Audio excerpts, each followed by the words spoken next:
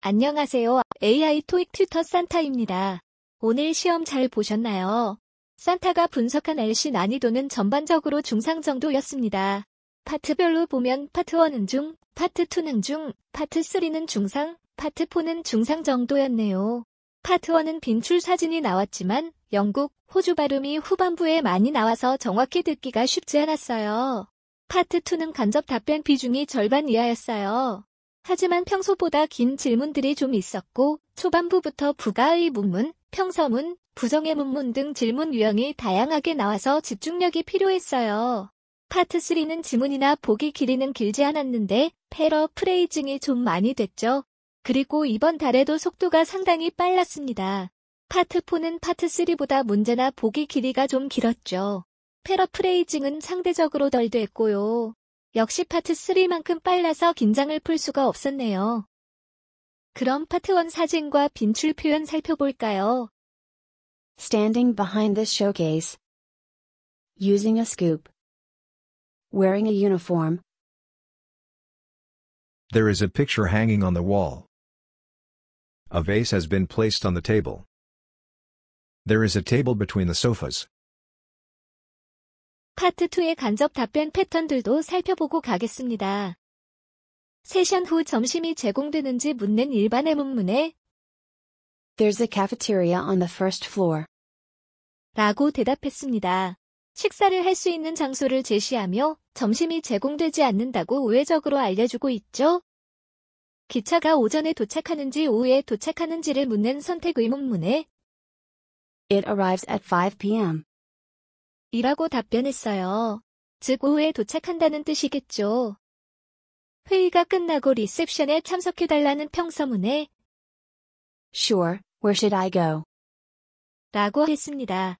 상대의 요청을 수락하면서 추가 질문을 하는 패턴입니다. 요청문 또는 요청하는 평서문에 자주 나오는 패턴이니 기억해 두시고요. 이어서 RC 난이도도 살펴보겠습니다. 이번 달도 전반적으로 좀 어려웠어요. 파트 5는 중, 파트 6는 중, 파트 7이 중상이었네요. 파트 5는 몇 달째 품사자리 문제보다는 문법과 어휘 문제가 더 많이 출제되고 있죠.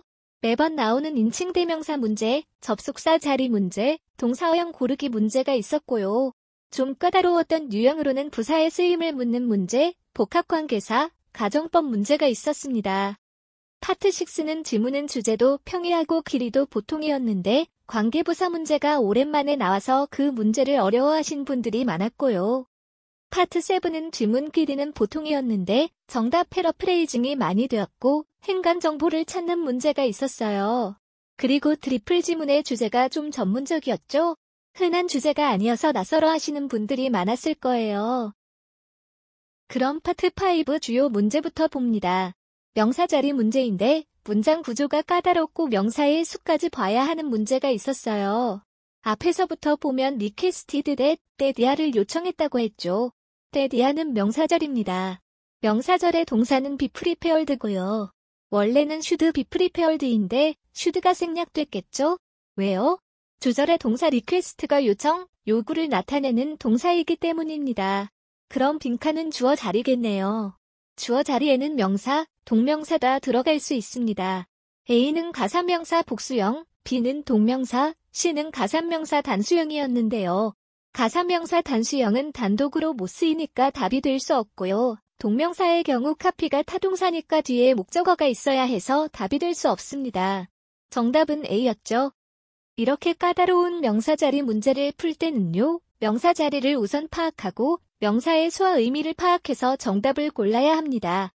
산타 유저들의 문제풀이 데이터를 보면 이것과 유사한 문제의 600점대 유저 정답률은 52%, 700점대는 56%, 800점대는 64.2%입니다. 품사 자리 문제는 쉬운 유형이지만 이렇게 꼬아서 나오면 800점 넘는 분들도 방심할 수 없다는 뜻이에요. 다음 문제입니다. 이 문제도 논란 문제였어요. 우선 빈칸 뒤에 명사가 있고 그 뒤에 또 동사가 있습니다. 여기저리 있다는 뜻이겠죠. 문장 전체를 보면 의미상 당신의 취향에 맞는 어떤 옵션이든 선택해 주세요라는 뜻이 되겠네요. 그럼 여기서 바로 뒤에 명사가 올 수 있으면서 명사절을 이끌 수 있는 말이 빈칸에 와야겠죠. 그럴 수 있는 건 복합관계 형용사인 be밖에 없습니다. 복합관계 형용사라는 말이 어려운데요. 쉽게 말하면 whichever, 명사, 주어, 동사 순으로 명사절을 이끌 수 있다는 뜻입니다. 이런 복합관계사 문제는요, 절과 관련이 되어 있기 때문에 유의하셔야 합니다. 접속사, 관계사, 복합관계사들의 쓰임을 정확히 알고 서로 구분해야 정답을 고를 수 있어요. 산타 유저들의 문제풀이 데이터를 보면 이것과 유사한 문제의 700점대 유저 정답률은 37.4%, 800점대 유저의 정답률은 33.3%, 900점대 유저의 정답률이 59.3%입니다. 그만큼 어려운 문제라는 뜻이겠죠? 자주 나오는 관용 표현들도 한 덩어리로 알아두면 도움이 되겠죠? 다음 표현들은 파트 5, 6, 7에 골고루 나오는 것들입니다. 한 덩어리로 외워두면 쉽게 정답을 고를 수 있어요.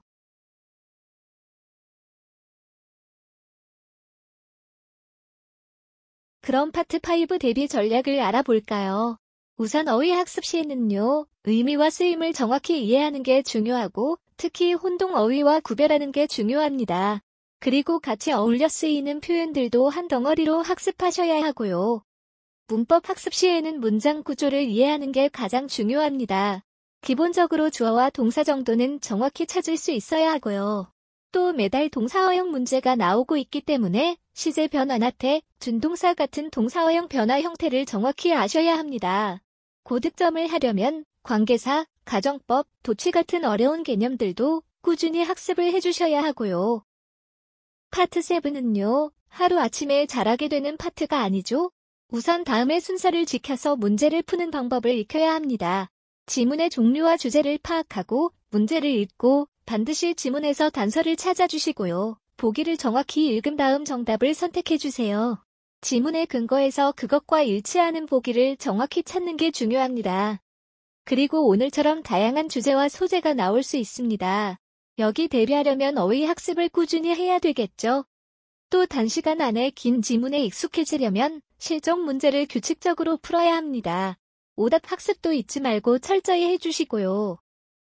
토익 최신 경향 문제가 궁금하신 분들은 11월 26일에 업로드되는 특별학습을 기대해주세요.